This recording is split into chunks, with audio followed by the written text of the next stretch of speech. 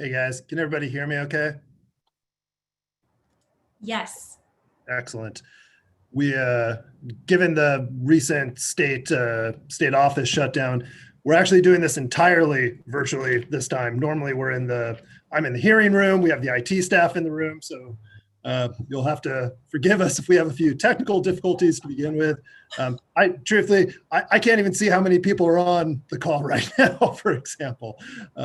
So hopefully somebody from IT can tell me whether we have everybody that we are supposed to have on the call.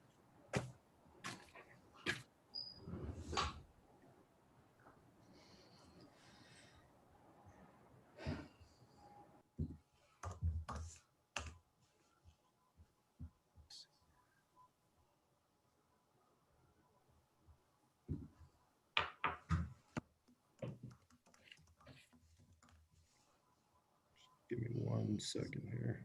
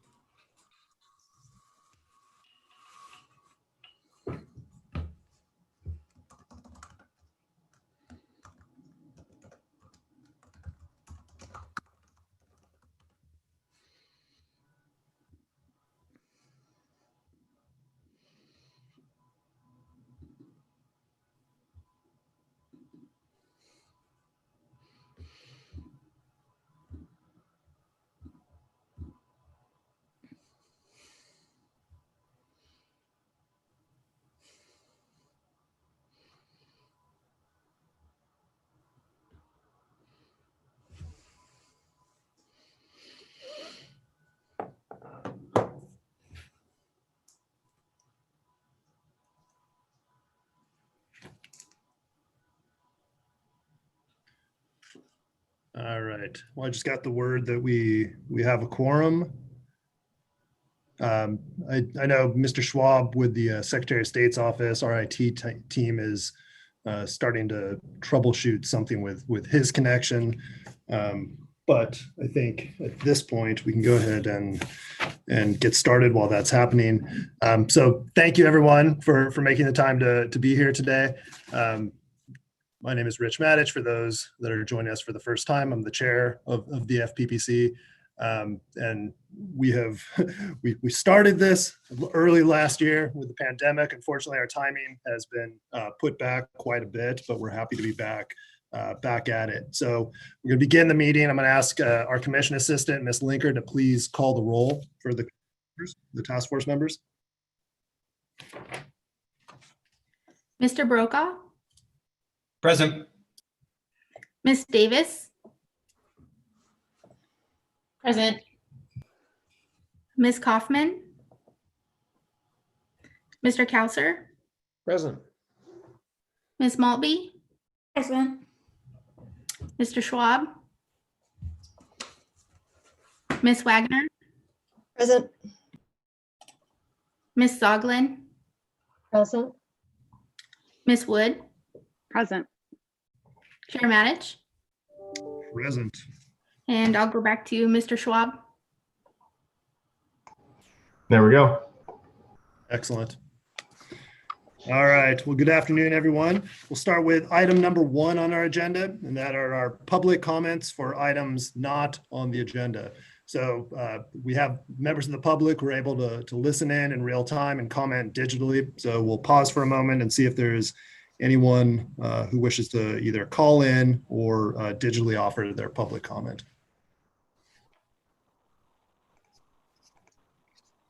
And seeing and hearing none, we'll proceed to item number 2. That's approval of our May 2020 meeting minutes. Do any of the task force members have edits or comments for the meeting minutes from May, the last time we all met together? All right, hearing and seeing none, do we have a motion to approve the minutes as presented? Make that motion. Second. So moved.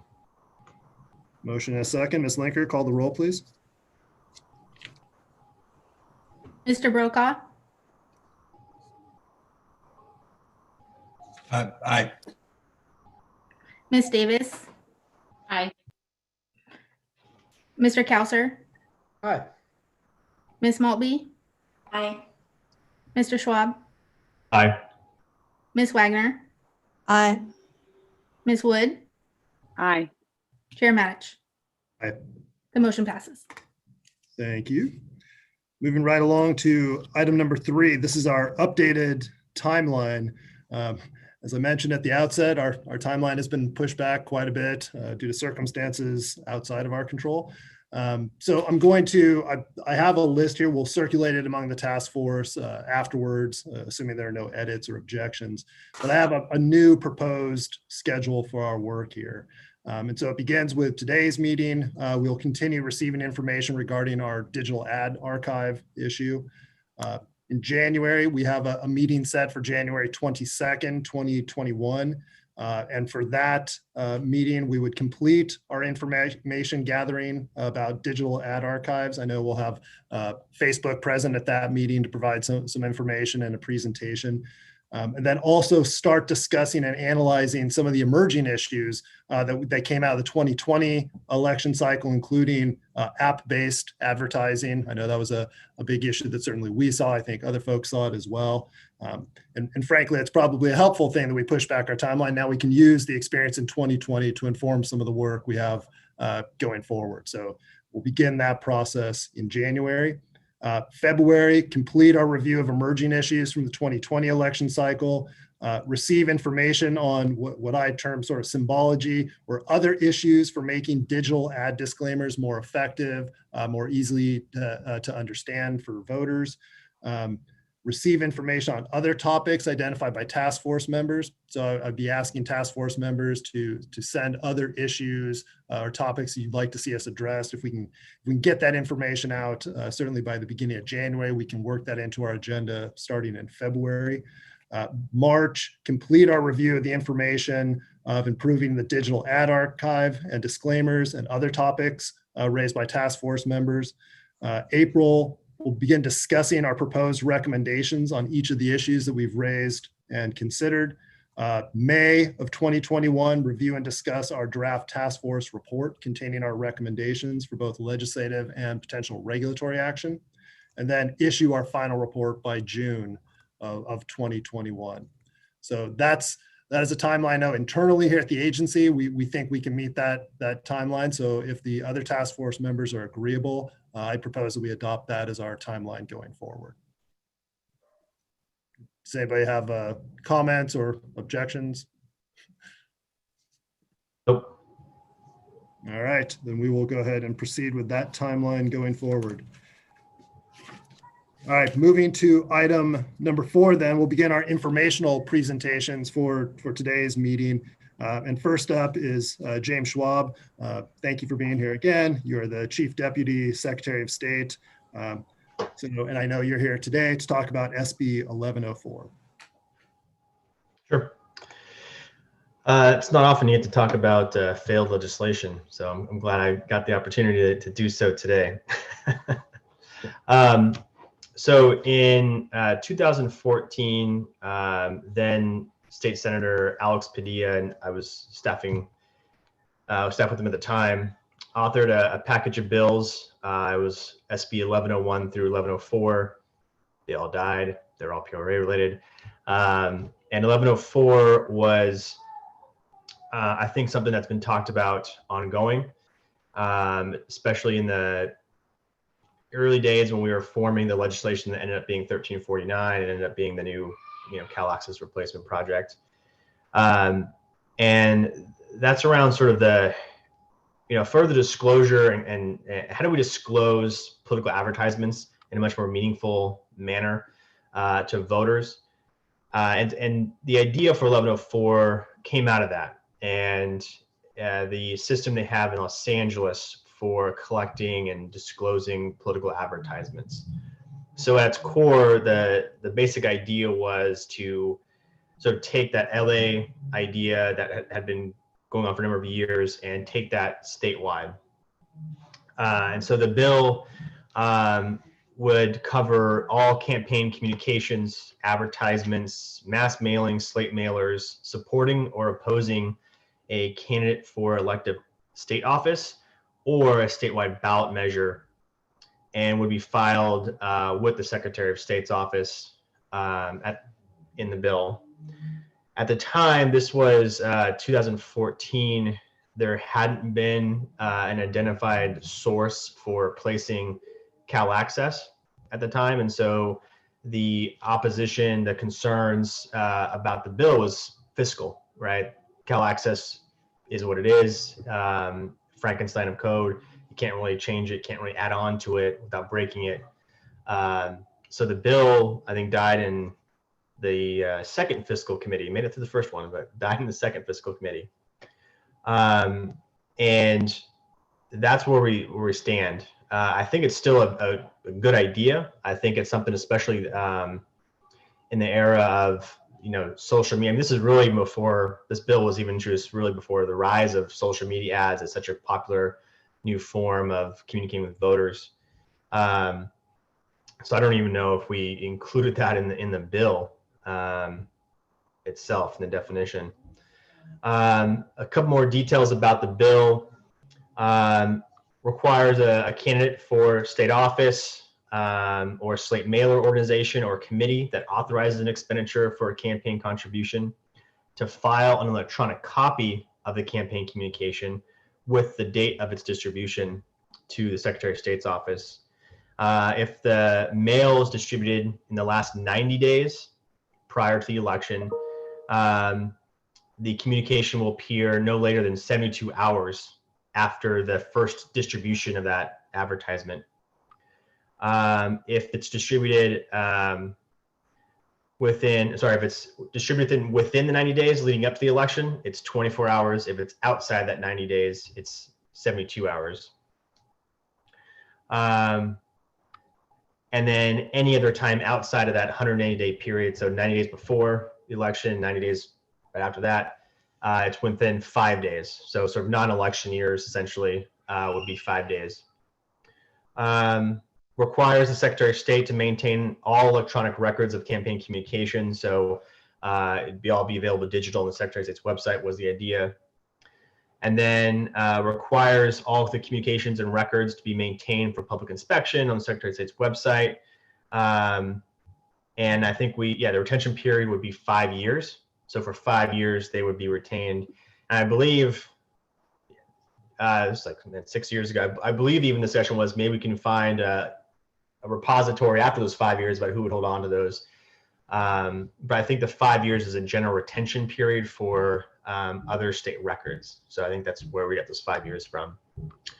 But yeah, in general, it was the cost, it was the status of Cal Access that really stopped the bill from moving forward. But I know there's still some interest in that, and how that might possibly happen with the new Cal Access and the new capabilities of the platform it's going to be on.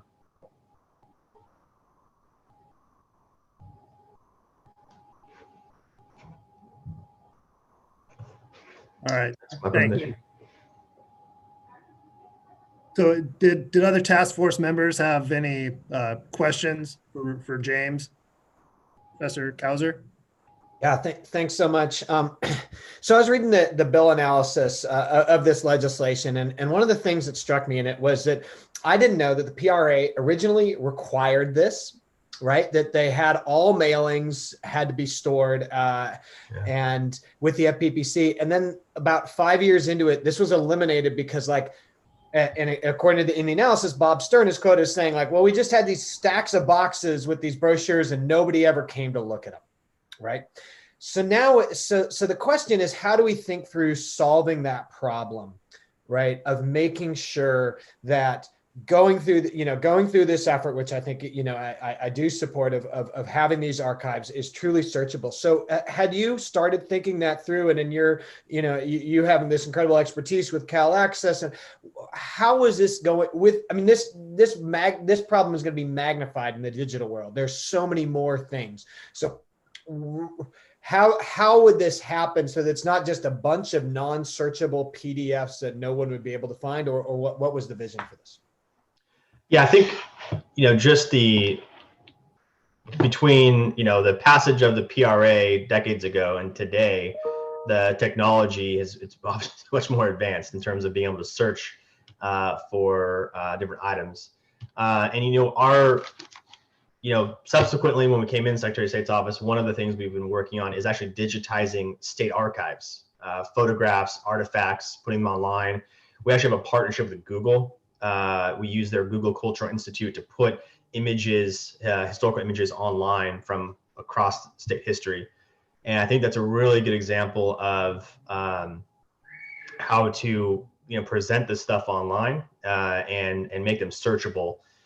We've also done similar work with our business programs division in Secretary of State's office. We've digitized, I think we're approaching almost 10 million records for past business filings. And so we have a blueprint. We have what we've done in our business programs division, what we've done in our archives division, that really you can, customize to more of a more political reform focus, but often the searches are just as complicated for business profiles or historical archives. So I think there's a template there that you can work with to bring it to political reform.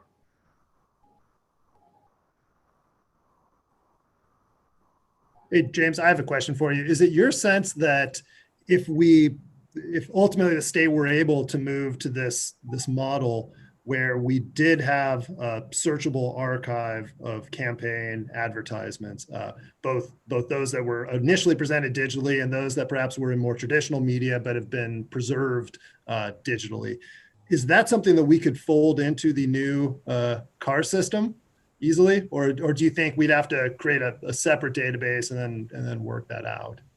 So the new CAR database is going to be on the Salesforce platform, and it's my understanding, having talks, because there was the requirements that we put into SB 1349 and the requirements that are going to be launched with the new Cal Access. But even before all that, there was still talking, what more can we do beyond what was in the bill? And Salesforce is a very agile platform, easily, you can add on new components, new functionality, is my understanding from talking with our vendors and the team. So I think it's possible. I think it's possible, whether it's a plug-in to Salesforce or it just sits right on top of the Cal Access. I think it's gonna be much easier and seamless than it would have been under the current old Cal Access system. All right, great. Thanks. That's all very helpful. I'd just like to going forward, I think we might want to think about in our report, working towards what are the elements of these ads that we would like to have preserved, right? Whether that's, tags on images, individual to what, thinking about, being sort of technology neutral, but think about what would be useful for the public to know about these. Yeah, I think we had this discussion in the previous meeting about, who this advertisement's going to. Social media has made it much more, the capability to target is much easier in social media than it is in just physical mailing and radio and TV. I don't think that was necessarily contemplated in the bill, in the legislation. Again, this was kind of pre-social rise of social media. I think it was more about just having the advertisements themselves available online, so that you can search, so you can see if a campaign is saying 3 different things to 3 different constituencies and maybe contradicting themselves. I think that's one of the examples we were talked about. Or if someone's kind of using a voter suppression message in certain communities versus other communities. But yeah, no, I think that's what's the functionality we want out of this, because there's the legislation, but then there's the reality of implementing something like this, and that's a much deeper discussion on functionality in a much more detailed way than the legislation contemplated. Right. James, how did the legislation contemplate the campaigns transmitting copies, let's say, of a mail piece that they sent out? Was the expectation that they would convert that into some kind of a PDF file and email it to you guys, or was the expectation they literally send you the paper copy and then you would digitize it after the fact? That's the beauty of legislation, is you don't have to think about that as a lawmaker. I think we just said they'll create regulations around all those questions. Yeah. But I mean, we're contemplating that today. And I think there's in our world, it's a mix of both. Like right now, we're still digitizing paper business filings and putting them online, but we also allow for the electronic submission of those. And I think there's different. I'm not a tech person, but I think there's different technologies beyond a PDF that makes it more accessible to the public that I think we use. But yeah, I think that's the idea, is you probably still accept both in some form, because you might have some less tech savvy campaigns that need to do that, or for whatever reason, you might need to have both functionalities for uploading and submitting. All right.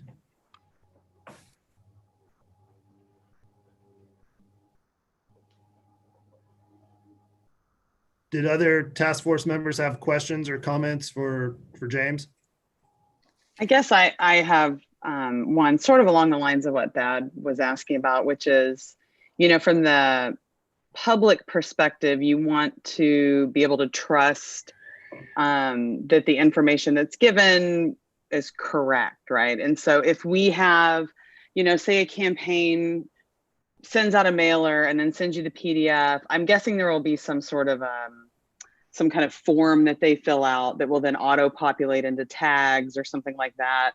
And I also assume that we would be, just like we do with other expenditure disclosures, we'd just be relying on the campaigns to give that information and give it accurately, rather than have an audit backup or something like that. But one thing we might want to think about is whether, I know the FPPC already kind of is involved in an audit program. Do we want to have some kind of, backup to that? Do we want to have a way for the public to say, you know what, this was mistagged? Just trying to think about like making it really useful for the public going forward. I think it's a secondary concern, but since we're talking about, the data collection at this point, it's just good to kind of kick it around.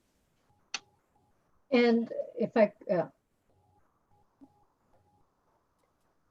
do I need to be recognized by the chair? Sorry. No, you're good. Okay.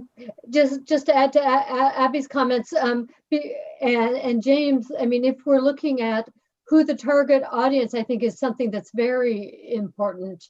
The trust issue, or the motives to be honest. Hopefully everyone will report it honestly, but that might be an area where there might be some challenges or a role for an audit.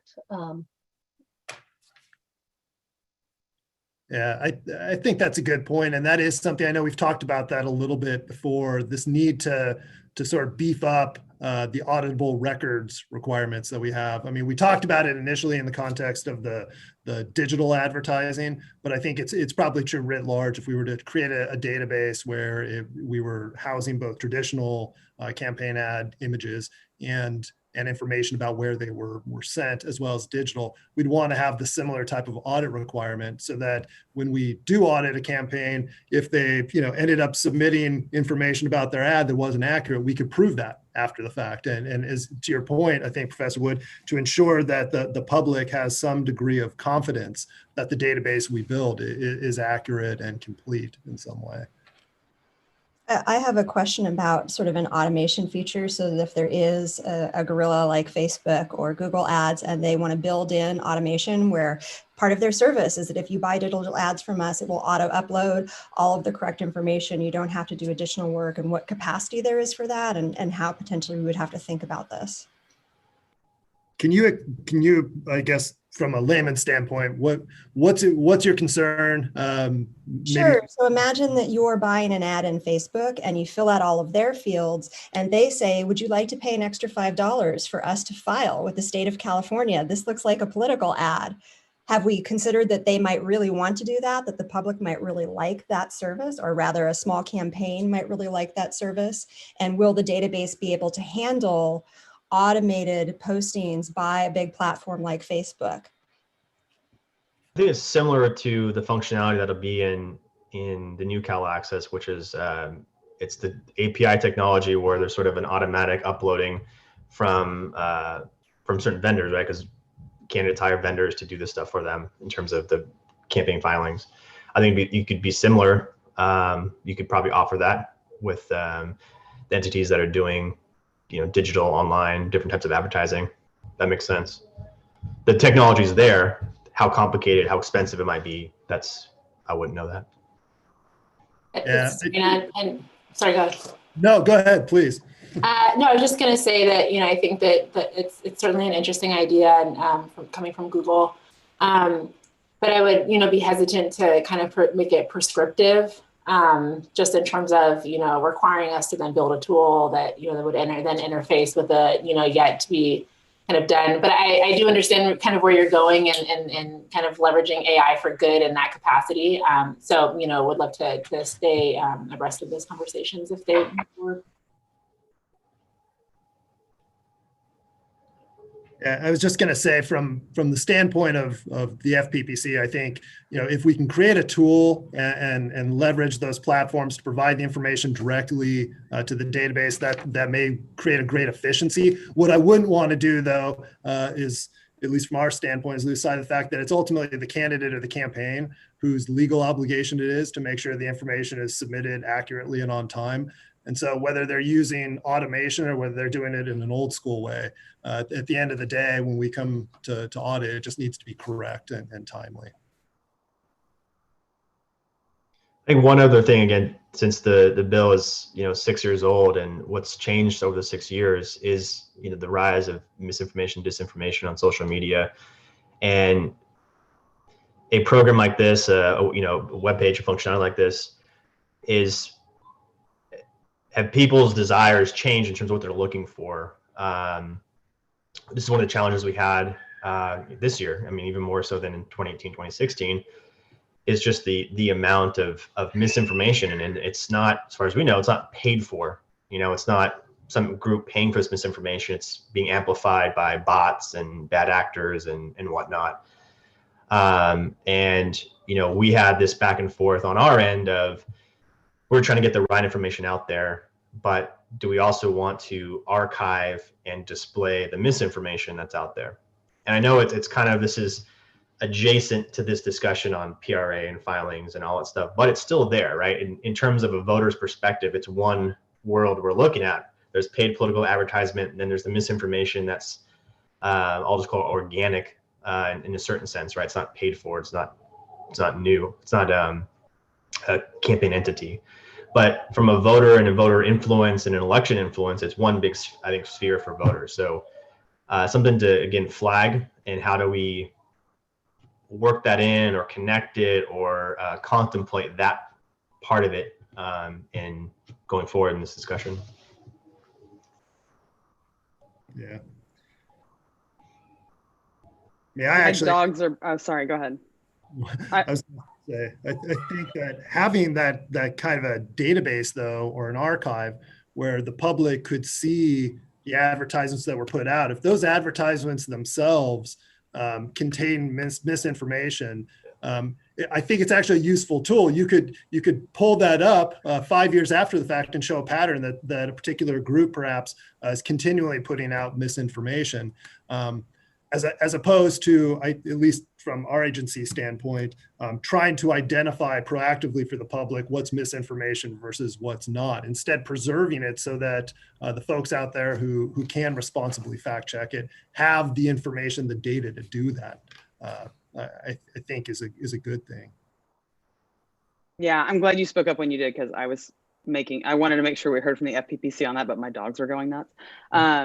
So yes, also, I don't think you guys want to be in that situation of determining truth and not truth, right? And so it's just better to include the whole thing. And I guess if, one of the platforms or one of the fact checkers one of the fact checkers that we trust or whatever labeled it as misinformation, we could include that label. Also, that could be one of the tags where people could actually search based on that tag, right? I mean, it's all part of what was, in the political communication environment at the time.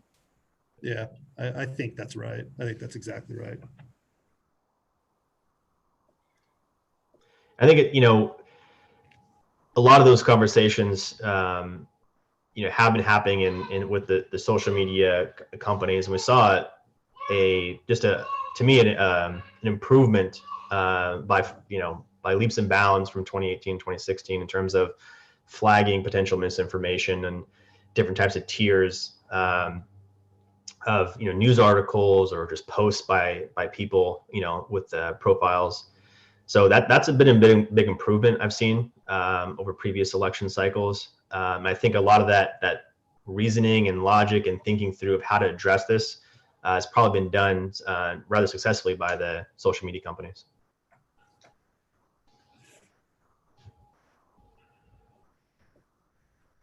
Yeah, just speaking to that for a moment, I think it's obviously we have a huge trust and safety team at Google and other social media platforms, or those who have social media platforms rather, also have similar teams. But just the breakneck speed, just to echo what James was saying in terms of how quickly all this evolved. I mean, we saw, I don't need to name any particular theories, but there were some that just took over really quickly and necessitated, analysis.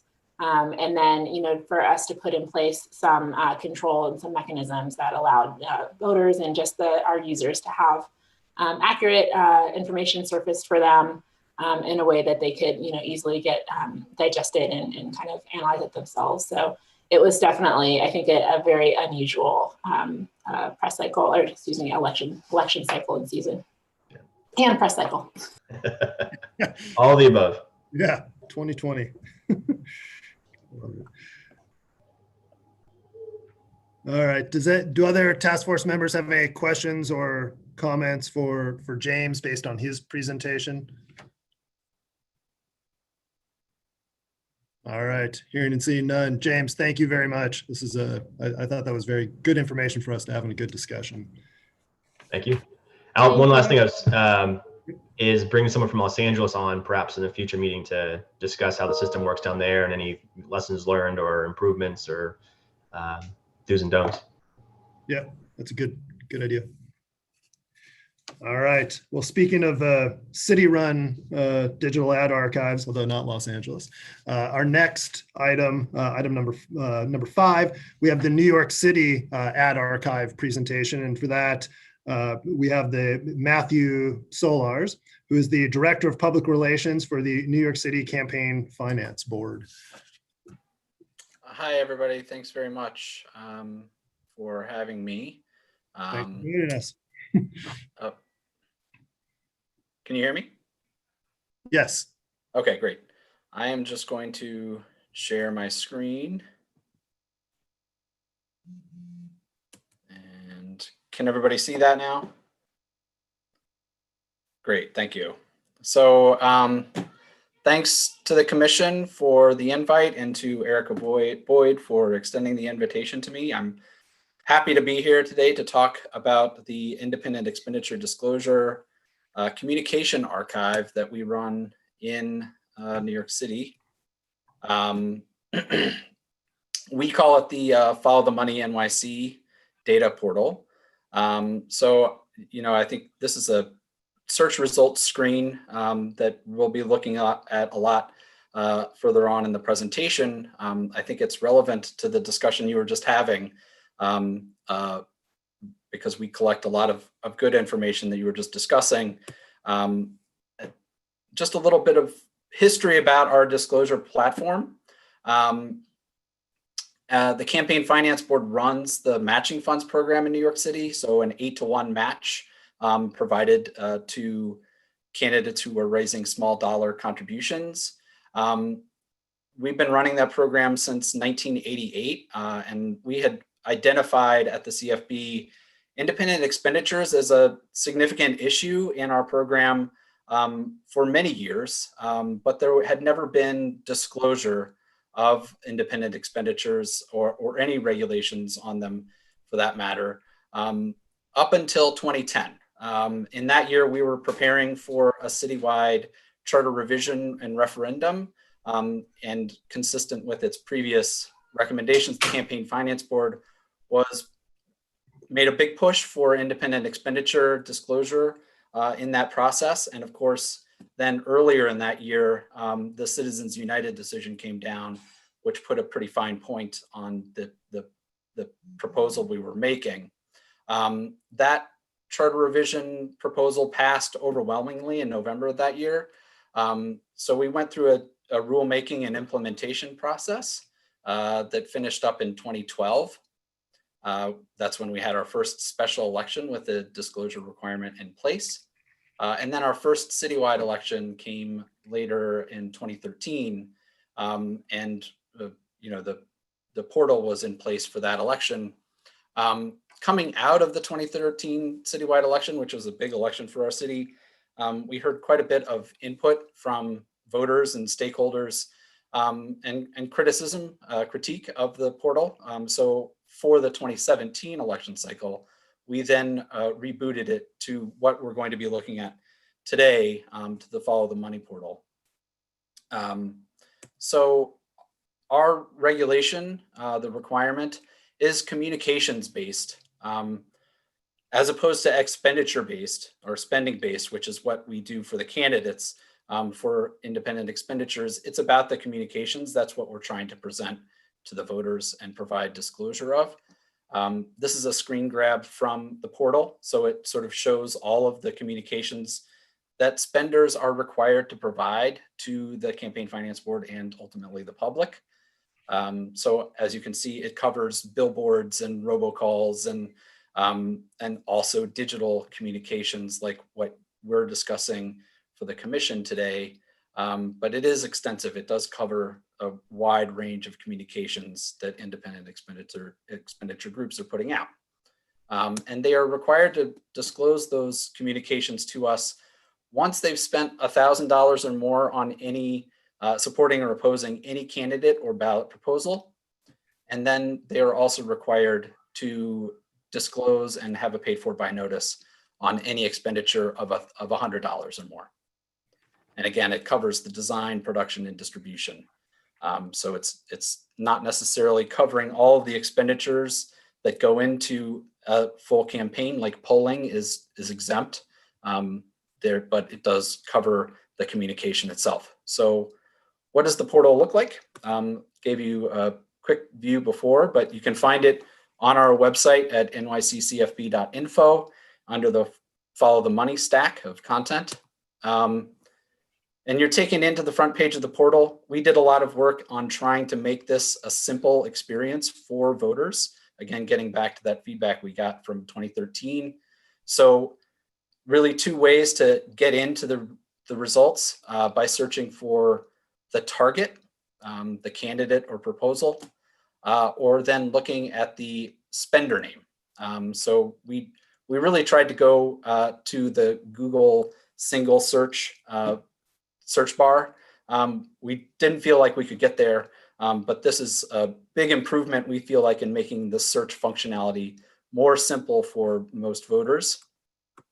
And then once you get into the results, you see that it's formulated around a tile presentation, right? So it's elevating the communications so that when voters are coming into the page and looking at the portal, they're searching, they may not necessarily know what they're looking for. They may not remember the paid for by notice that they saw on a television ad, for example, but they can search for the candidate and then identify the communication they want to find out about just by looking at this tile view, right?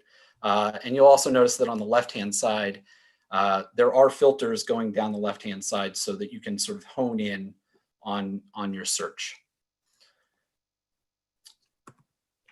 So once you click on a tile, you come into a page that provides more details about that communication, the total amount, whether the communication was supporting, opposing, or neutral on the candidate. And then You can also click for more details. That link takes you to a page that shows more information about the vendors and other background information on what went into that expenditure. You can share the permalink there or use Facebook or Twitter to share the information and this communication out. The spenders are required to give us the full file. So for example, we get the full video and you could watch this video on this screen here. So you get the whole communication. It's not necessarily just a screen grab and then a transcript of the narrative. I did want to take a second and show you how we approach disclosing multiple communications. I think that's an issue you guys have already been discussing today. In digital communications, you have multiple creatives being produced by the vendors. We have two ways of doing it. The spenders can disclose each of those items, each of those creatives singly, or they can disclose a PDF that rolls them all up together, shows them, and also specifies what platform and how much money they're spending on each of those. So that makes it a little bit easier for folks. So here I'm showing a disclosure of that kind with a couple of different creative options for digital. You can see that there's more to be scrolled through on this PDF. And this was disclosed a couple of weeks before our primary. And here's another one from the same spender, a different creative approach, a different sort of flight of advertising, as you will, for the primary day itself. So that's sort of how we handle disclosing multiple digital communications. So just a couple of words about the revision that we engaged in 2017. As I said, we got feedback from good government groups and from voters that the new disclosure requirement was great after the 2013 elections, but that the disclosure of those communications could be more accessible. So we engaged in that process of revising the portal. We also had a couple of new contribution disclosure requirements to put into this platform that we also wanted to include. The contributor leadership, which is trying to get at the name behind organizational contributors, and major funders, which is a new requirement for big contributors to contributors. And I'm going to show that in just a second. First off, highlighting the expenditures or the communications. This is the old version of the platform that we had in place for 2013. It's the standard grid presentation that I think we're all familiar with from campaign finance portals around the world. The communication that we were seeing in that previous tile presentation was available for viewing in that second column, that hyperlink. And as you can see, we have both this grid, which we call the list. We also have the other version, the visual version. So this is what we translated into. And again, we think this is much more accessible for voters. On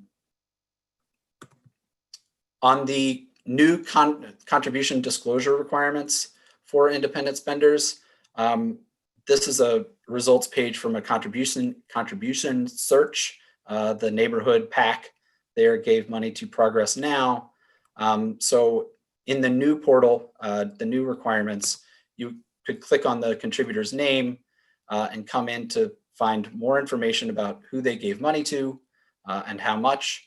You would also get to see now contributor leadership. So the names of the people behind the neighborhood preservation PAC. So the treasurer here, and also the major funders. So again, this is my metaphor for this is trying to travel upstream to catch the fish, right? This is the contributor behind the contributor. We're again trying to get to a name of somebody who's actually behind that money and that spending. In this case, in my metaphor, we've sort of run out of water before we've gotten to the fish because we still have LLCs here. But from a public disclosure perspective, I think this is still more information for the public, for the voters, and for the press to research who's behind this independent expenditure effort. So really trying to get at the dark money issue here behind some of these independent expenditures at the local level. So thank you for indulging me on that little jaunt down. But again, this is that's sort of my presentation on the disclosure database that we have in New York City. A couple of points that I'll just finish up with, because I know you guys are interested in some of these questions, and I'm happy to take your questions. From the passage in 2010 of the referendum to the implementation in 2012, we engaged a contractor to help us build this platform. That contract cost $250,000.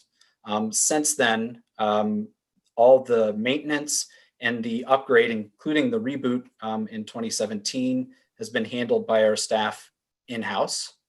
In terms of, site traffic, it's pretty hard for us to sort of measure what it's been like, because we've actually switched to a different website, and the old metrics have sort of been lost. In 2017, we had a total of about 40,000 unique page views to this portal. In 2013, we had a lot more volume, slightly different metrics. On a daily basis at some of the peak days, we would have 20,000 page views, so slightly different metrics there. My explanation for the difference in those traffic numbers is that we had two very different elections. In 2013, we had a wide open citywide race. The mayor's office was open. We had $13 million in independent expenditure communications that year from 50 different filers. In 2017, most of the offices had incumbents running for re-election. We had only $1.5 million in independent expenditures that year from 16 different filers. So I think that sort of explains the difference in spending and traffic to our portals there. But I hope that has answered most of your questions, and I'd be happy to answer any questions that you guys do have. Thanks, Matt. That's really helpful information. Do other task force members have questions or comments for Matt?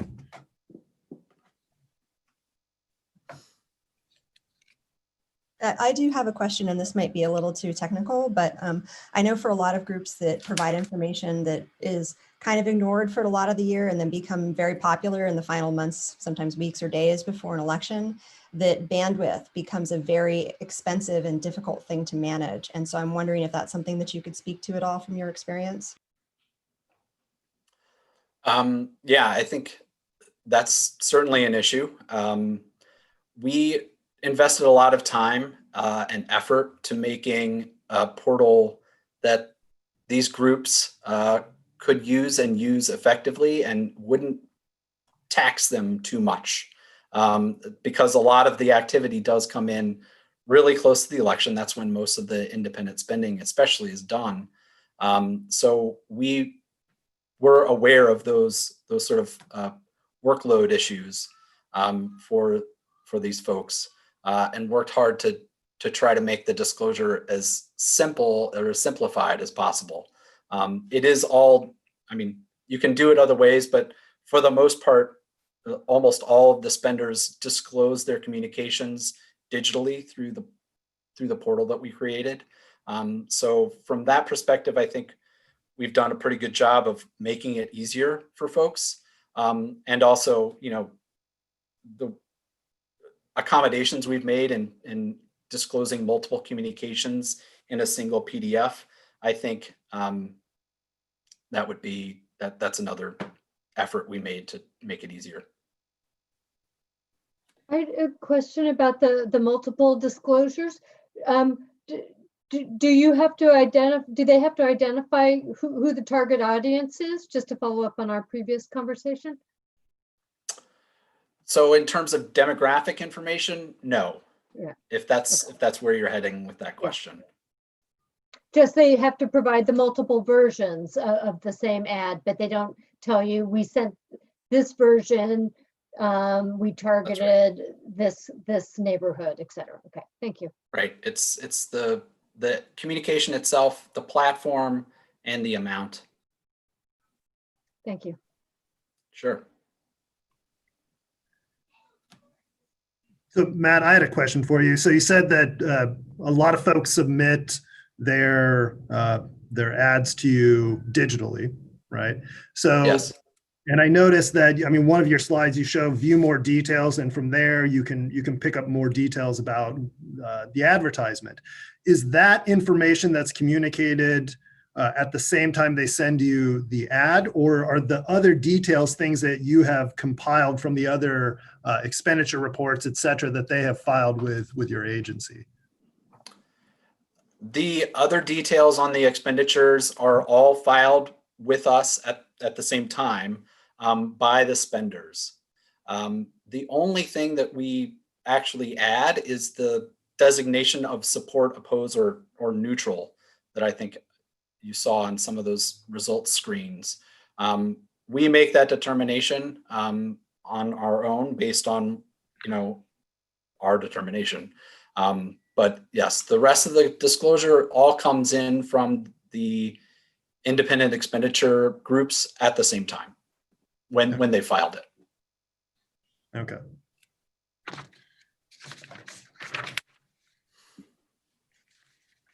I'm noticing, I'm in your archive now, just kind of playing around. Good. And I'm noticing that you have, yeah, it's really fun. But I would say that. Okay. You have a link to the ad itself are they required to provide that? So like I'm in one of the hotel workers for Stronger Communities ads, and it gives the ad, and above it gives a Twitter link, and then it'll give the ad, and above it give the Facebook link. Are they required to give that link? Because I'm wondering, like even in a jurisdiction where the targeting information is not required, sometimes like Facebook provides some minimal amount of targeting information, as does Google, right? And so if you could just link back to what they're providing, I mean, it's weaker, right? Because you don't know that they'll continue to provide it. Nothing's forcing them to, but it might be, a stopgap for a community that isn't requiring it. Like it sounds like New York isn't. Yes, the link is required in Okay. the disclosure. But it's not a link to, I'm sorry to interrupt, but it's not a link to the ad archive. It's just a link to be able to view the thing. Right. Is that right? Okay. Yes. And the paid for by notice that was also improved in 2016, 2017, so that we require a link to an nyc.gov/follow the money link on all of those paid for by notices, which, I think had been an issue. I don't know if it still is with some of the platforms, Facebook being one. I don't know if that's been resolved, but we did have some issues when we first put that in place, that a URL we couldn't put the spenders couldn't put the URL into the paid for by notice on some of their advertising. I hope that's been fixed, but just raising that up. That's helpful. Thank you. So I guess I had two other questions. The first one is, as a policy matter, when you guys were considering these changes to the law, did you consider requiring the disclosure of certain demographic information on where these ads were being run, or the populations that they were being targeted? And if so, it sounds like you didn't require that at the end of the day. Can you elaborate on why that was? That is a really good question. I don't know that was considered as something we wanted when the charter revision was going through in 2010. I would have to go back and check with my colleagues to see if that was something that we thought about. But you're right, we didn't. It's not included, so that certainly was something. But yeah, I feel like that might be more of an issue that was not so much an issue back in 2010, but has become an issue since then. But I'll check and I'll follow up with you. All right, and don't take it as a criticism. I was just curious if there were, views on either side that informed the decision.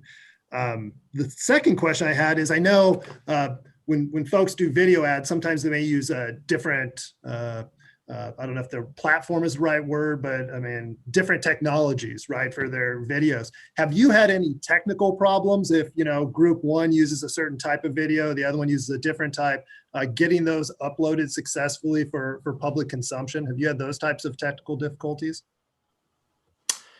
I don't know that I haven't heard about a lot of issues like that. A few here or there. But we do, our portal does take a wide range of file types. So, I haven't heard of any particular files that people are using that have been an issue. So my answer for now would be no, but I can double check with my colleagues on that too, if there's been any upload tech issues. All right. And then final question for me.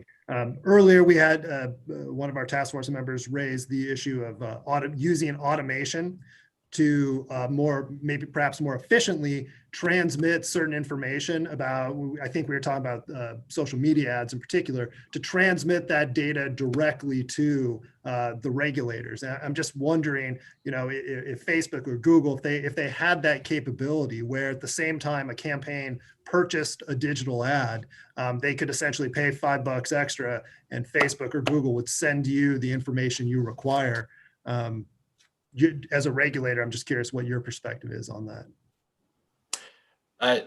I was really interested to hear that conversation earlier in the meeting. So I think that would be really interesting. And it goes back to this workload issue for the covered entities, right? I mean, I think that would make things a lot easier. And we do have an interest in making sure that it's not so onerous that they can't follow the requirement, right? So yeah, I think that would be great. But for speaking personally, that's the first time I've ever even heard it suggested that some of those platforms would be able to or willing to do that. But sure, if they can figure that out, I think we take it. Right. Good. Well, thank you. Do other task force members have any more questions or comments for Matt? I have a quick question. Since you've been through this iteration a couple of times, I'm assuming you've gotten really great feedback from different people. And one of the things I've been really curious about, being part of a grassroots organization myself that isn't sometimes on the same scale as some of the larger campaigns, do you get different feedback from really small political groups? And how has it been different from maybe a larger entity, a huge PAC or a major party or something like that? Because we've talked in previous meetings about how social media digital ads in particular have been very effective for small grassroots groups. And we don't want to create such a high burden with regulation that they're no longer able to effectively use this, sort of small tool that's really helped them recently. So I'm just curious if you can speak about how those small campaigns have ended up giving you feedback and what it's been. Yeah, so I mentioned that we had a pretty extensive rulemaking and implementation period, almost 2 years. A lot of the discussion over that 2 years was centered around this question, right? Is how to balance the disclosure, as particularly for those smaller, advocacy groups or community-based organizations that are doing this. And there was concern about like the intrusiveness or the burden it would put on them. But I would say that, again, we did a lot of work, both working on the rules to make sure that, not everything that an organization was working on say like budget issues through the political process was automatically going to get wrapped up in this disclosure requirement, which was a big concern that we heard about after it passed in the referendum. The other thing, again, we spent a lot of time building up a platform and a portal to make it easier for all of the groups that have to disclose to get it done in a pretty efficient way. So, you can sort of come in and do those bulk uploads and get your disclosure done that day. And especially when it's like up against an election, high volume of work that the group is doing, we've done our best and continue to work on it to make it easier for them to comply. So, I mean, it's a good question. It's definitely something we heard about. Well, that actually prompts two more questions in my mind. The first one is, what is the timing requirement for folks to file a copy of their advertisement with your agency? Like, is it the same day? Is it 72 hours? Like, how long do they have Right. to? Okay. So within about an 11-day period prior to the election, they have a same day disclosure requirement. So, end of day, they have to actually, I think it's the next day, but they have to file it within, 24 hours. Prior to that, earlier in the election cycle, it follows our candidate disclosure. So there's like a 32-day pre-election disclosure deadline. And sorry, I'm getting corrected by a colleague of mine who's watching. It's next day within 2 weeks of the election. So sorry, I was off there. Thank you very much. But the other disclosures follow the candidate disclosure. So 32-day pre-primary, all of the activity in that prior period would be due that day. All right. For example. All right. And then my last question is auditable records. It's another issue that we had been talking about earlier.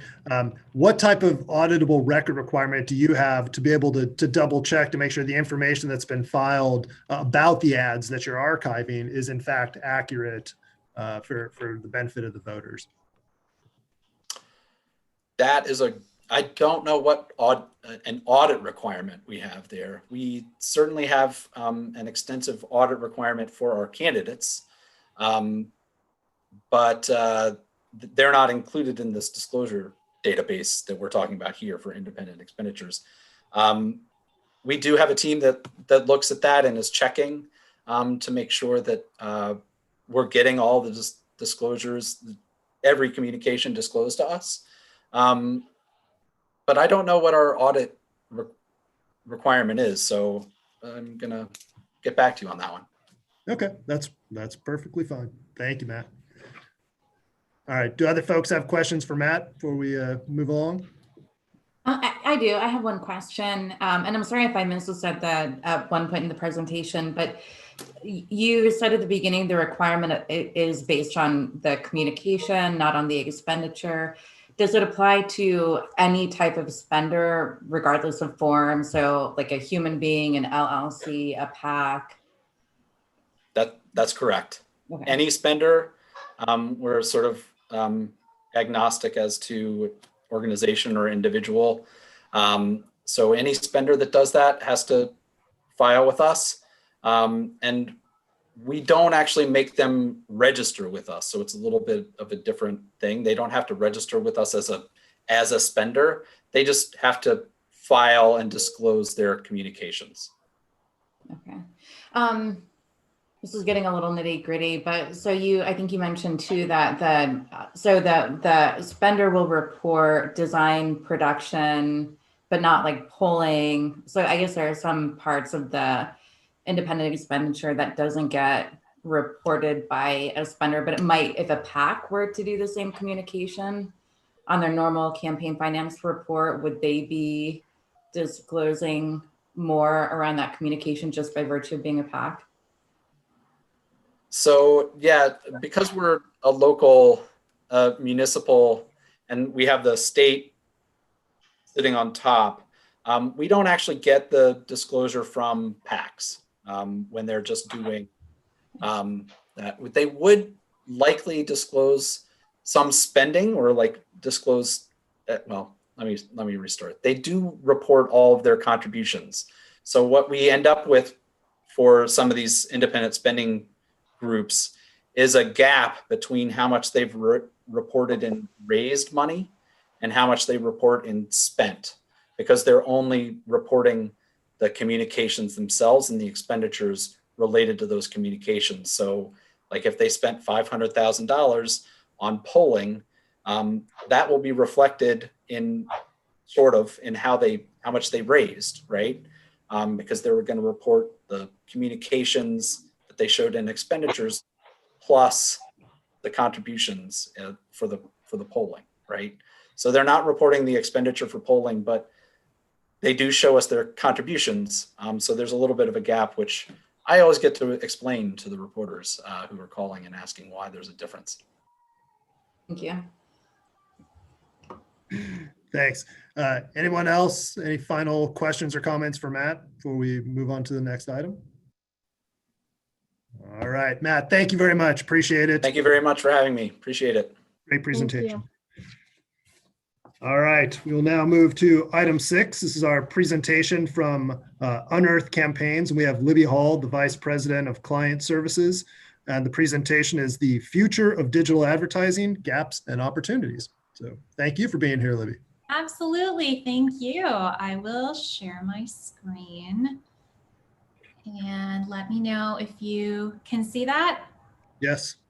Okay, fantastic. Yeah, thank you so much. I really appreciate the opportunity to talk about this. Thank you in particular to Jay, who had reached out to me. And when Jay was, asking if I could give a bit of a debrief, on what we saw at Unearth through the recent campaign season, I thought this was just a great opportunity to share with you guys, from our perspective as someone who's in the weeds, where are kind of the loopholes and what should, an archive that you guys are talking about doing, make sure to include in the future. Just a little bit about Unearth. So we are based here in Sacramento. We've been around since 2003. So we've been through many of these campaign cycles, including many of the evolutions of FPPC regulations and disclosures. And we really focus our campaign related work on ballot initiatives and on independent expenditure committees. So no campaign committees, you won't see, examples. I can't really speak to that. But what I will reference today, some projects Unearth worked on, some that we didn't, but all from the ballot initiative space that we were really focused in. And that's really, again, going to be focused on paid digital media, including OTT, some texting, some paid bloggers and influencers, social media, display and programmatic. And, in thinking about pulling this together, I really centered back on the mission statement of this task force, which is very, very clear. California voters should be able to know who paid for, who's responsible for each paid political ad they receive.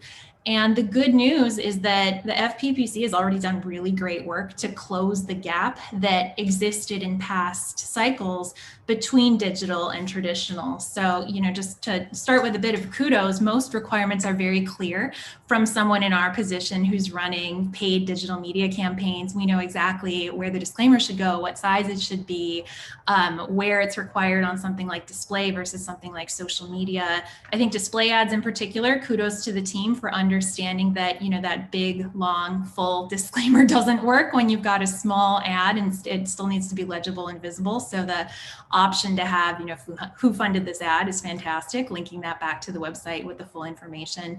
And, keeping video in line with the TV requirements too is mostly working really well, especially with, I think, the more recent updates to bring the disclaimer to the front of a longer ad and avoid the workaround of just sticking it at the back when no one's watching anymore. So, some really good work already being done, I think, to achieve some parity with digital and traditional, but there are a few gaps that we noticed, and these are really in order from least important to least impact to most impact when it comes to that mission statement that we looked at. Some nitpicky things that probably are not causing voters to not know, really who paid for and who's responsible for, but just some areas that need some clarity. These disclaimers for video are mostly working, but there's not a ton of clarity in social media videos in vertical formats. You'll see a lot of variation in how these are treated because technically you could argue 3% of just the video, that's visible on screen for the line height, maybe that's what the guidelines are intended to mean. This is super minor. Again, your mission is still being accomplished, but you can see, the difference in visibility and readability in the one on the left or on the right for someone trying to figure out who is serving this ad to them. Some additional clarity on what that should look like in a taller vertical video format, I think could be helpful. On that same note, GIFs are another kind of loophole inside of video guidelines that we saw and saw other campaigns taking advantage of as well, where you can upload a GIF to a social platform like Facebook and there's minimum movement, but is that a video? Is that just a still image that doesn't require a disclaimer? Is that making it clear enough to the person you're advertising to? Not necessarily clear. Again, does this impact your mission? The fact that those, kind of grow in one by one, or that the pieces of this quote build one at a time, technically, is that a video or is it something still? Probably does not impact your mission and whether or not that's being fulfilled.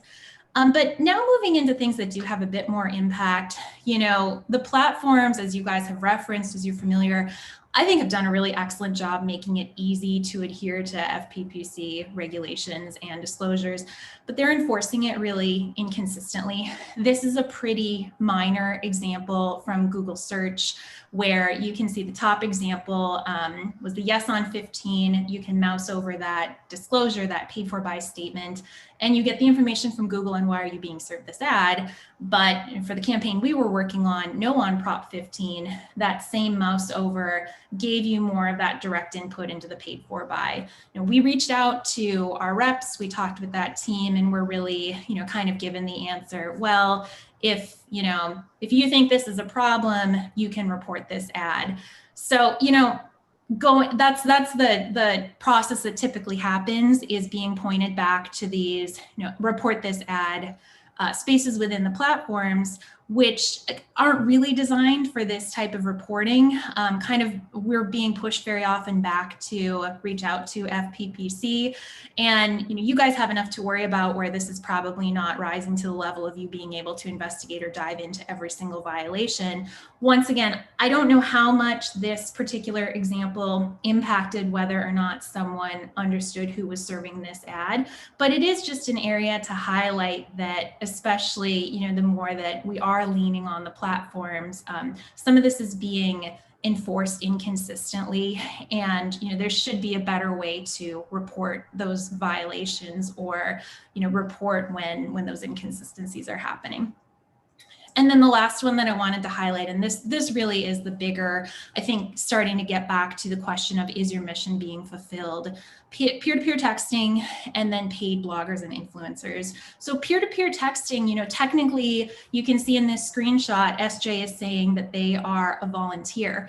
Well, while that's true, somebody, probably the Yes on Prop 21 campaign, paid for this list of phone numbers for them to access and them to send text messages to. Somebody most likely paid for the platform. There are several providers out there that facilitate this type of volunteer peer-to-peer texting activity. And that's really not clear from this message that a voter can receive. Again, I think that you can liken this to walking a precinct and, volunteer not being paid. They don't have to verbally give a disclaimer, but usually they at least have some campaign material that's going to have that, detailed disclaimer attached to it. Probably needs to be another opportunity here. We saw this as maybe could be considered a loophole to make it seem as though this truly is someone out of the goodness and passion of their heart reaching out, when it was a pretty sophisticated and well orchestrated campaign for exactly who should be receiving that message and exactly what that message should say. And then the example on the right, I would say that the biggest loophole or gap right now, and I think you guys are digging into this a bit more even later today, is paid bloggers. The current guidelines as we understood them is that a paid blogger under receiving less than $5,000 can be disclosed just using sub-vendor reports, which is the route that we went for this effort. This was No on 15 that we worked on. What you're seeing here is a screenshot of an Instagram influencer who had posted a No on Prop 15 message in their stories. And this happened in early November, not by design to skirt any regulations. It just so happened that this was a get out the vote push. But two problems with this. Number one, that sub-vendor report, I don't even know if the deadline for that has passed yet. But that information, is not available to the voter until much later, since this was so close to the campaign deadline. And then the second, maybe more concerning for your team, is this is an Instagram story. So it disappeared after 24 hours. So even if that had been disclosed earlier, there's not a good process to see that record. It's unlike the other more official paid media where you're able to access that through the platform's online ad archives. So this really did, our understanding is we've done everything according to current guidelines, but it really did feel like a bit of a loophole in that there was not additional disclosures required for this. You guys mentioned at the top of this call in-app. I think there are some other, certainly other emergent technologies. These are the ones that came up for us during this last cycle based on the work that we were doing and the campaigns we were focused on.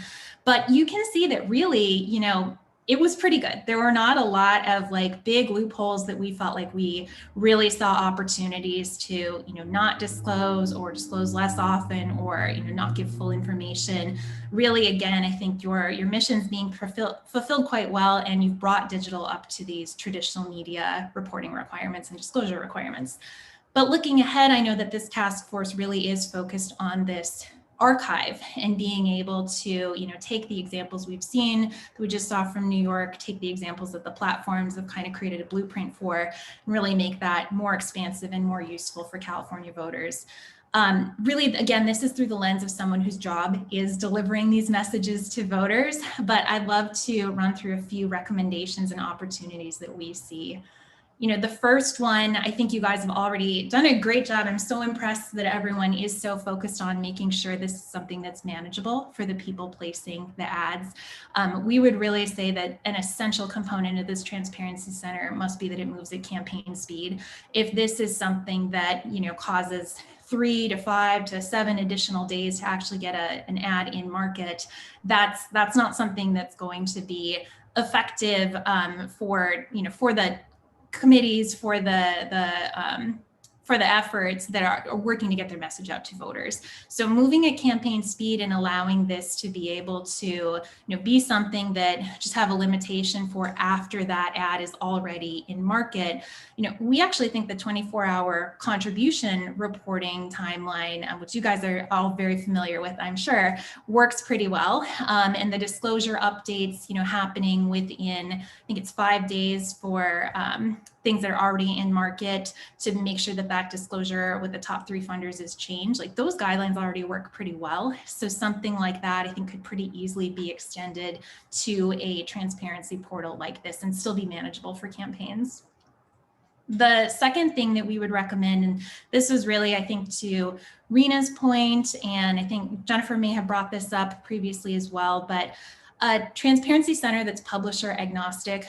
While I would love for Facebook or Google to automatically fill this in for me, I don't want to be limited by placements only for publishers that have that integration. I want to make sure that something like this display ad that we ran with Los Angeles Times could still be easily exported as us, as the people placing the ads, still be able to upload that information ourselves and not only go to a select list of publishers or a select list of platforms. As you guys, again, are very likely to be aware, there are new programmatic platforms that are popping up every day. And one of our strengths in using digital media is to test and see which of these can be most effective. So that would be something that's important, is to make sure that we're not picking and choosing winners and losers in terms of who can deliver ads because of building in any of those requirements for publishers. To my point earlier that some of the existing guidelines have been enforced inconsistently, something that we would be really interested in seeing is more peer reporting. I think you guys mentioned this maybe from a voter standpoint, but again, as someone that is in the weeds, seeing what other campaigns are doing, keeping a very close eye on our competitors, if there could be direct lines to the FPPC to flag ads that are non-compliant in a way that is manageable and is effective and is easy for you guys to be able to take a look at, whether that's in real time or close to real time, to be able to actually flag those that they need to come down, or whether that is more of a longer term audit process. That's something that we've seen steps towards that in the platforms. It just really hasn't been implemented that effectively. I think there's a real opportunity to see that here. And then, to that note of peer reporting, how do we know that those are the people who are making those claims or making those reports are truly peers in this industry? I think there's also a huge opportunity to ensure more of the credibility, and I think to Matt's point earlier, eliminate some of the concerns around dark money by creating more of a verification process, to place these ads and to be part of uploading into this portal to begin with. Facebook does a really great job of their example for requiring verification for identity. They're requiring a government ID for every individual who is working on a campaign. I think, potentially for FPPC, this could go a step further to actually also provide some training or some certification as part of that verification to, again, kind of establish what do we mean by these targeting parameters, or what is the correct format, or again, just to create more of that transparency and I think credibility in doing some of that peer-to-peer reporting or filing those complaints. I think this could be a really, really effective way to create more of that transparency. And then the last note, and I think this is the most important, really similar to the comments that James started from and that Matt really zeroed in on. The biggest opportunity for you guys is to expand this well beyond digital. I mentioned at the beginning that I think the last maybe 2-3 cycles have been focused on digital catching up to the disclosures and disclaimers that are required from other traditional media like TV. And now you're at the point where you can push everything forward at once. This is really a huge opportunity to create that transparency. I've been on many campaigns, unfortunately, where the direct mail budget is still much larger than anything that's being spent on digital. Or I've been on many campaigns where when we look at the really, really targeted, like who are the people that we really need to get this message in front of in the last moments, they are turning to robocalls or to peer-to-peer texting. And so I think that question of creating transparency, creating visibility, really does present an opportunity to expand this to all media. The last point that I'll make on that is, I think you guys are again well aware, but looking ahead to 2024, more and more TV is going to be delivered over the internet, which means more and more segmentation, targeting is going to be available. So the idea that a banner ad or an ad on Facebook would be subject to a higher level of scrutiny than this media that has the potential to reach so many more people and have so much more spend behind it. I just think that's an important thing for you guys to be considering now, is how this can easily expand into other media as well. So I know that was pretty quick, but I wanted to make sure to leave time for questions. Would love to hear what I can go into more detail on, or just any other questions that you guys have.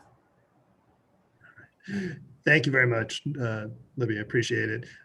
Before I open it up to other task force members for questions and comments, I would just make one comment, and that is with respect to your point about creating a direct line to our agency to flag non-compliant ads. We have our Ad Watch program that we've rolled out the last couple election cycles, and so any member of the public, if they think a disclaimer is wrong or an ad doesn't have something that it should have, that's at least our current version of that direct link. And it was crazy. We had the numbers at our last commission meeting, the thousands of complaints that we fielded in the last couple months before the election. So we may not be able to get back to everybody same day, but certainly we're working through those as quickly as we can. Absolutely. And, that's kind of our assumption too, as someone who probably submitted a lot of those complaints to you guys, as you're dealing with an overwhelming volume.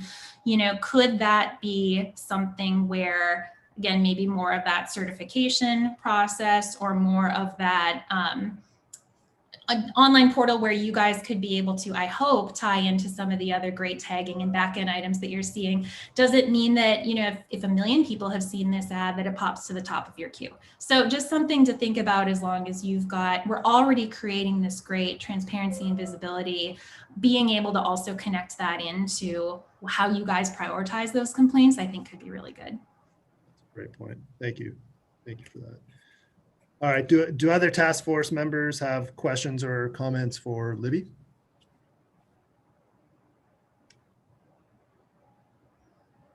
Mr. Kauser?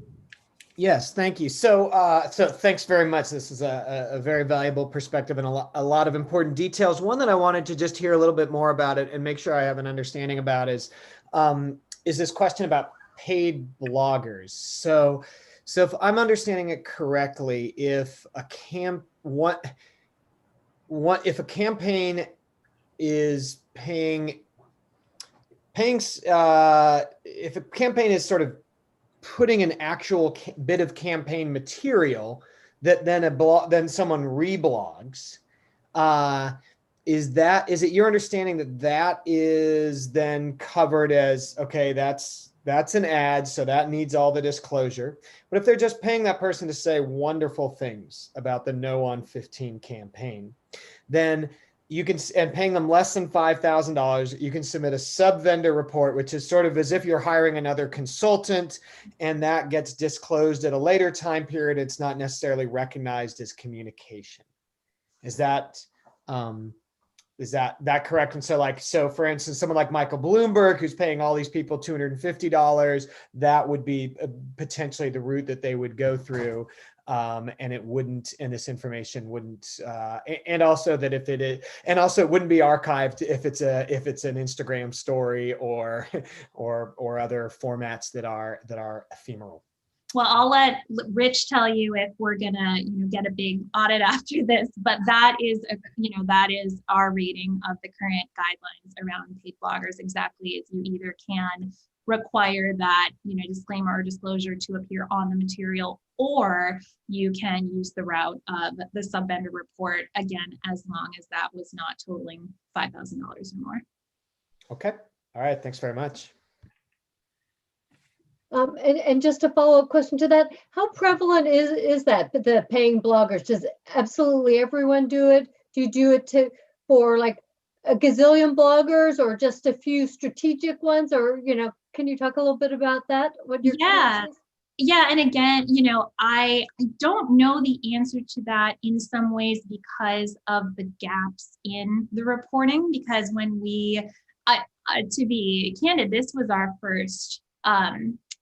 our first initiative where we had worked with Instagram influencers for a couple different reasons, but we did, test that out to see how it worked.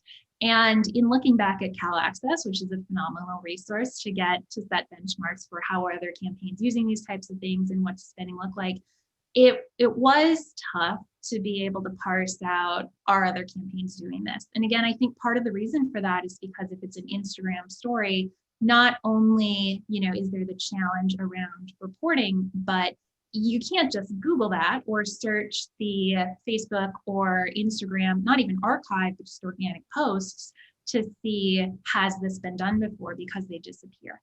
So I don't think it's highly prevalent, but I do see it as a gap. And I think that, that with some just clearer requirements, like potentially requiring that to also live inside this archive, I think it's a gap that can pretty easily be closed.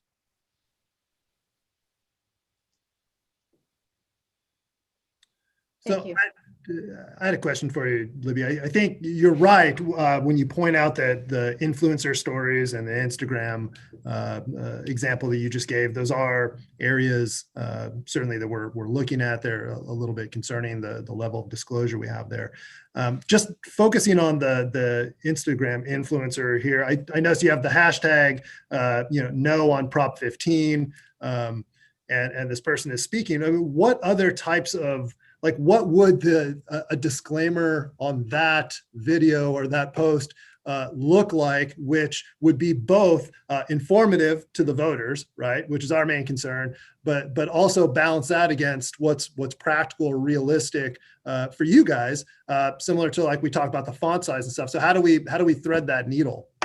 Yeah, so I want to be clear that when an Instagram influencer who has been paid by the campaign posts this story on their account, their followers don't know whether or not they have been paid to do that.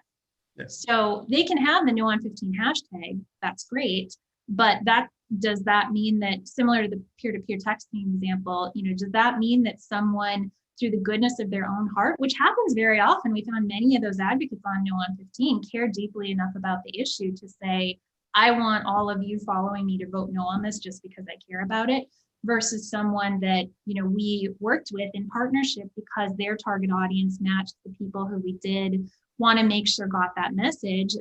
They believed in it and they opted in to share that message and work with us. But would they have done that without financial incentive? Probably not. Right. And that is, I mean, that's our biggest concern, right? Is can the recipients of that post know that the person, this isn't out of the goodness of their heart or their own passion, they're doing this for financial gain. And so I think, to your question of, you've already at least have a category for paid bloggers, right? I think just closing that gap to say this, eventually as the Transparency Center rolls out, this is something that needs to go inside that Transparency Center, for people to be able to look back on. But in that moment, it could just be as simple as the same way that you require on a display ad, who funded this ad, or the same way that you require on a video, which we all in my industry hate, but the big black box on the screen, giving the full information about who paid for that. I think requiring either of those things would be manageable. Okay. All right. That's certainly good to hear. Do other task force members have additional questions for Libby based on her presentation?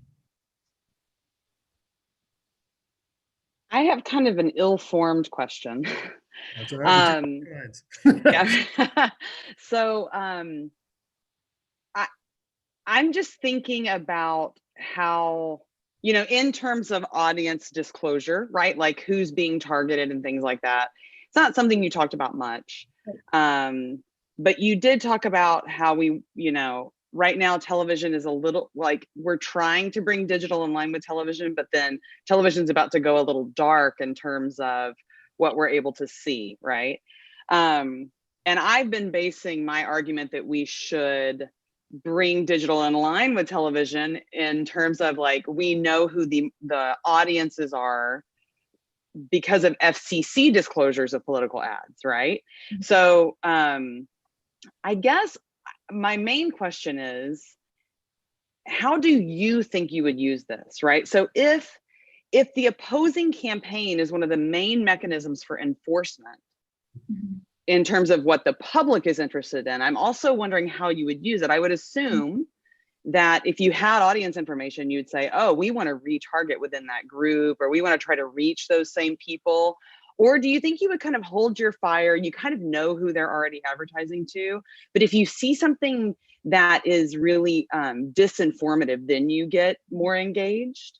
I mean, it is ill-formed. That's what I promised and I delivered. No, I think it's great. I like thinking about this. I mean, let me answer this in two ways. One, I primarily work on statewide campaigns. So for me, it is less about needing to talk to the exact same voter that my opponent did, because very often I'm starting from the research and the polling that's showing me like the exact demographic that I need to persuade and where I have my base and where I'm likely to persuade. And I think in the local races, like around assembly districts, or even more localized than that, is probably where it becomes more important to do more of a direct, like one-to-one, hand-to-hand combat on some of those things, just because every single voter is going to be critical and could tip the scale.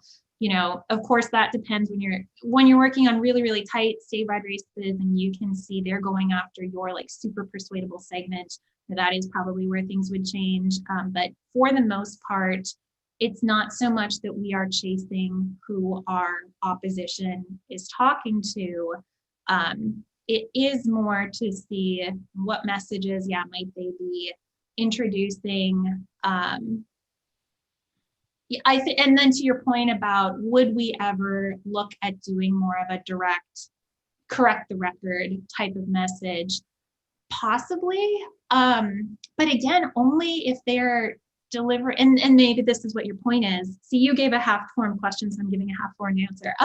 Maybe this is what your point is, that only if that is someone that we've already identified as critical for us to win this campaign. Does that make sense? Yeah, that's actually really helpful, because I think it usually comes up, we want to disclose the audience because that's like the best way to correct misinformation or to address misinformation, because you don't really want the government in the position of saying, oh, that's misinformation. You see what I'm saying?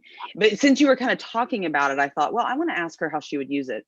But you also said something really interesting to me, which I think would be pretty defensible in court, honestly, which is that you guys want to come to the top of the queue when it comes to enforcement when an ad has had a huge audience, which is like an enforcement-based rationale for why we would want to have that information, even if we don't know who it was that was targeted.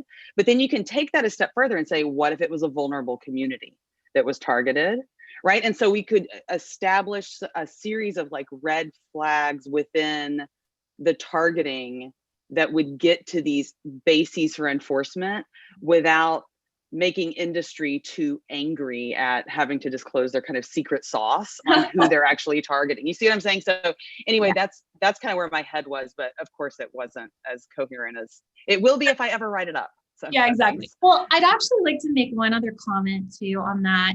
Just your note on understanding who this is targeting, because there is also, I want to make sure as you guys are thinking about this, you're not conflating targeting data with who sees the ad. And what I mean by that is, like, we can work with great data providers, data vendors that say, this is your list of anti-tax voters. And that may be based on a super sophisticated algorithm where it's not as cut and dried as saying they're of this race or this party or this income level. It's based on 100 of those different factors all scored. And so I think that, that question of who was the intended target is separate. And this is what you're getting at, is like, but who actually saw the ad? And that is something you can break down to say, again, I think the platforms already do a good job of this. Well, it was 500,000 people in these counties, or even maybe these zip codes, right, who of this age and of this gender. Because speaking from someone who does this professionally, sometimes the people you set out to target, people you actually target with that ad, end up being different. And I think that reporting on who saw it and what are the specific demographics we know about them versus who I, to your point, secret sauce intended to go out and reach, those two things are very different. Thanks, that's helpful to think about. So can I ask a question here? And it may sound like an ignorant question, but I'm gonna ask it anyway. So because we're talking about targeting, I think, Professor Wood, part of your point all throughout this process has been counter speech as kind of a component of why is this information important? It helps facilitate counter speech, right? So for television and radio though, and Libby, so when a client asks you to advertise on TV or radio, I mean, you can pick the radio station, you can pick the time of day, basically, but it seems to me that the parameters you can work with are more limited, let us say, than through social media. Is that an accurate observation? That's accurate today, but it is getting less accurate every day. And what I mean by that is, as I mentioned, looking ahead to 2024, I don't have the exact number in front of me, but TV channels delivering their content over the internet, that's intent. There's a big movement for that to happen ahead of 2024. And when that happens, our targeting will be just as sophisticated, because I actually don't care if my ad is delivered, on MSNBC or on CBS on a sitcom, as long as it's hitting that person I want to hit. That's the way that digital is bought today, right? And that's the future of targeting for TV as well. Terrestrial radio, sure, I don't think that one is going to change as much. But even in the absence of that OTT and addressable TV and like real one-to-one targeting happening in the future, again, I go back to keep targeting data a little bit separate from delivery, because in working with these data providers, often again, they will be able to produce for us a model that says, these are your anti-tax audiences. And as part of that, like see where they over-index, on TV stations. This was like famously the strategy that the Obama campaign used in 2008, right? Is buy all of the like late night, overnight, cheap cable spots, because it's hitting exactly that audience that you really care to reach. So yes, how that in practice, is carried out is I'm still going to buy spots on stations at a certain time, but that targeting data that underlies it is a lot more sophisticated than that. Does that help to answer your question? Yeah, no, that's helpful to know, actually. All right. One that actually raises the last question I have for you, Libby, and that is, so we've talked a couple times about auditable records, right? So you're making these buys, and presumably you're having an interaction with whatever vendor it is that you want, where you want to put out your ads. In terms of maintaining the auditable records and being able to produce them to our agency, for example, if we were to audit after the fact, to make sure that what you submitted to the database was accurate, timely, et cetera. I'm just curious, from a practitioner standpoint, maintaining those records, does that seem overly burdensome to you? Just like, what's your reaction to having to maintain those types of records? Yeah, I think once again, kind of going back to where the ads were actually delivered versus what we intended the buy to be is, the most important thing, just to make sure that's consistent.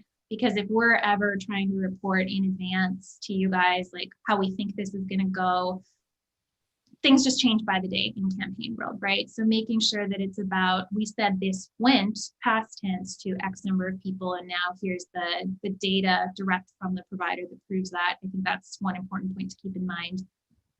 The second thing is, again, so reach is the vast majority of platforms that we use will be able to tell you the unique number of individuals reached, but shockingly, not every single one of them. Some are only able to report on impressions, and through our algorithm, we'll kind of we'll be able to back into an estimate of maybe, if it was 2 million impressions, maybe that means they reached 400,000 people 5 times, right? So I think that's that would be a really tricky one to understand by requiring that every single ad has a unique reach number associated to it, and then having the audit materials to back that up.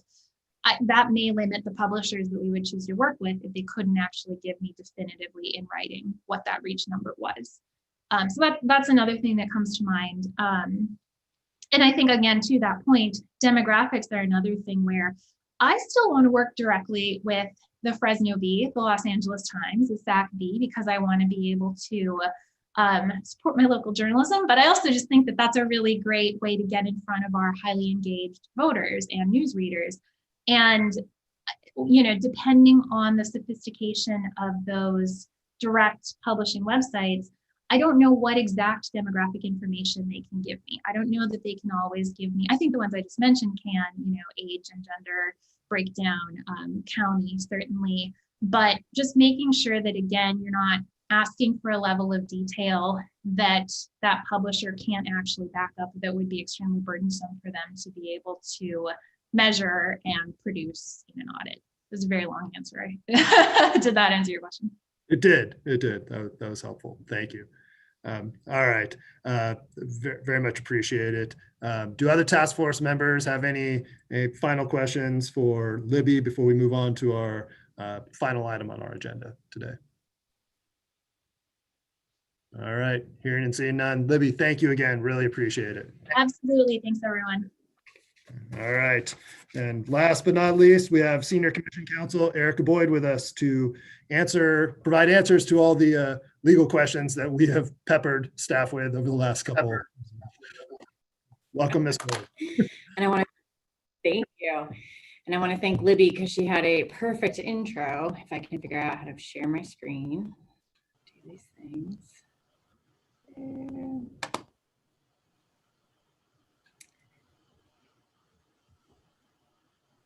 So a couple of the points that have been brought up in previous meetings that we wanted to circle back on to close the loop with all of you. And the first one that Libby talked about at length is that we know there is a current gap in the Disclose Act for paid posts made by social influencers and bloggers. So in regard to social media that allows you to either post content or have discourse with users, it currently, a committee is required to put disclosure information either in their landing page or in their profile. So on Facebook, you can put it in the actual banner photo at the top of your page. You can put the information there. You can put it in your about section. On Instagram, you could put it in your profile section. But again, if it's a blogger or a paid influencer, it doesn't apply to them to include paid for by no on Prop 15 in their actual website, because not everything on their site is being paid for by the campaign. It's the individual posts like we talked about. So we recognize this is a gap in the current statutory language that was addressed through the last season by having people, at least for Instagram, tag the actual campaign whenever they could. And so one of the photos that Libby had was great. It was on that Instagram story of the blogger. It had the @no115. She did bring up a very good point though, in terms of Instagram stories that are not kept up for a while. So we'll need to look at that in terms of auditable documents as well, and how we maintain an archive of those ads. But we will acknowledge this is a current gap in the law that we would like to have addressed through either statutory or regulatory language. Wanted to bring it to the task force though, to make sure that this is an aim that you all thought was important as well. And from the discussion from the last speaker, it sounds like that, but open to feedback. I just have one question, Erica. Do we know whether other states have already tackled this issue? Because that, instead of writing on a blank slate, I mean, it'd be good to know what other states have done. I don't know that. You're right. I'm assuming some have. I would guess that New York and a couple others, but I can definitely look into that and report back. Yeah, I think that'd be helpful. Okay.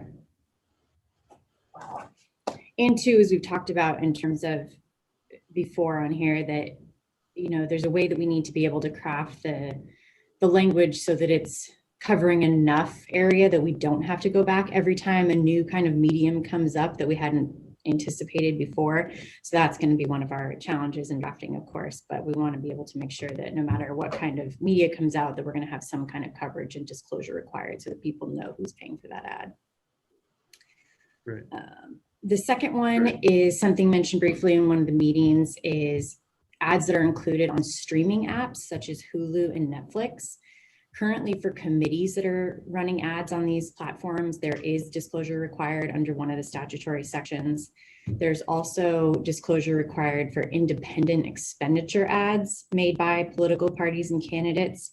However, non-independent expenditures made by political parties and candidates are currently not covered. So if I'm running for Senate 2022, I can put an ad on Hulu, and currently it would not require a disclaimer. So we think this is definitely an area that should be addressed either through statutory or regulatory fix, but again, want to bring it to the task force to get any feedback you all have. All right, thank you. No objections? Okay. I don't think so. And then finally, no, okay. A question had been raised as to whether a copy of issue ads can be required to be submitted for the database.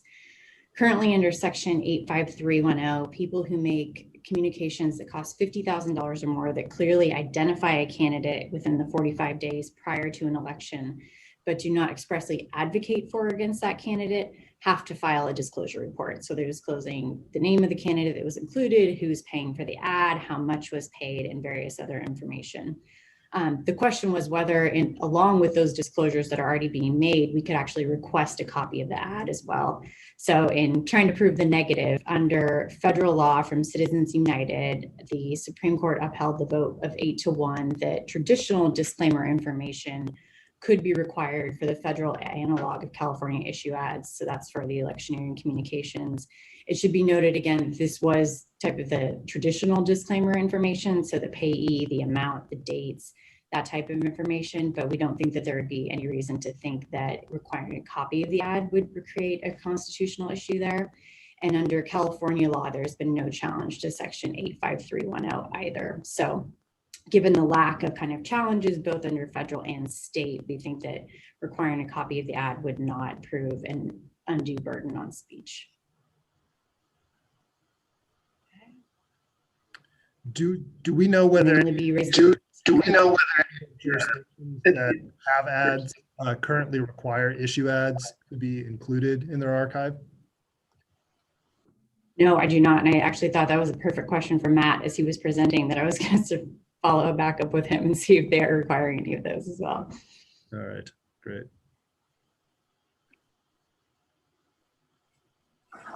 Okay. Any questions? And then, so that is all I have for those. And then of course, Libby just brought up a couple others that we will be taking a look at and coming back to you all. Are there any other questions?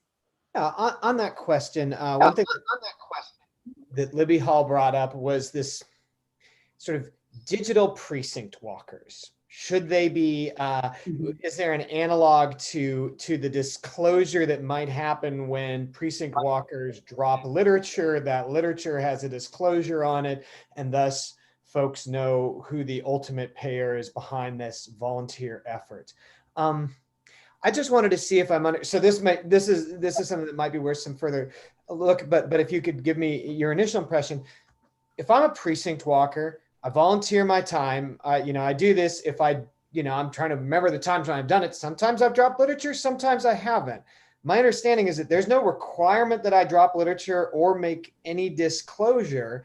And so in common practices, we may have volunteers who, even though everything's organized by a campaign, maybe they bought me a bagel, they gave me a script, as long as I'm doing it voluntarily, it doesn't trigger a disclosure. Is that your understanding?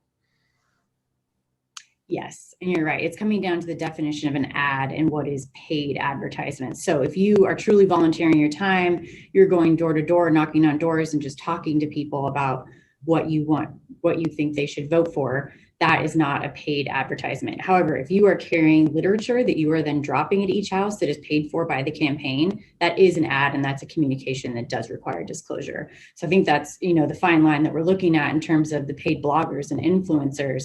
If someone of their own accord wants to print a post saying, on 15, this is why I think about it, whatever, that's not a paid ad. But if they are getting paid by the campaign to make that post favorable to the message that the campaign is trying to get out, that is something that should be covered. But perhaps a peer-to-peer, the analogy, peer-to-peer texter, as long as they're just volunteering their time, that wouldn't trigger disclosure. If they link to an ad in their text or something like that, then that ad would have to have disclosure, just like some literature that you're dropping. Sounds okay. Thanks very much. Yeah. All right. Any other questions or comments for Erica based on her answers to our prior questions? All right. Hearing and seeing none, we have, thank you, Erica. We have now reached the end of our agenda for today. Do any task force members have any sort of final things they want to mention or comment on before we adjourn for today? All right. Hearing and seeing none, do we have a motion to adjourn?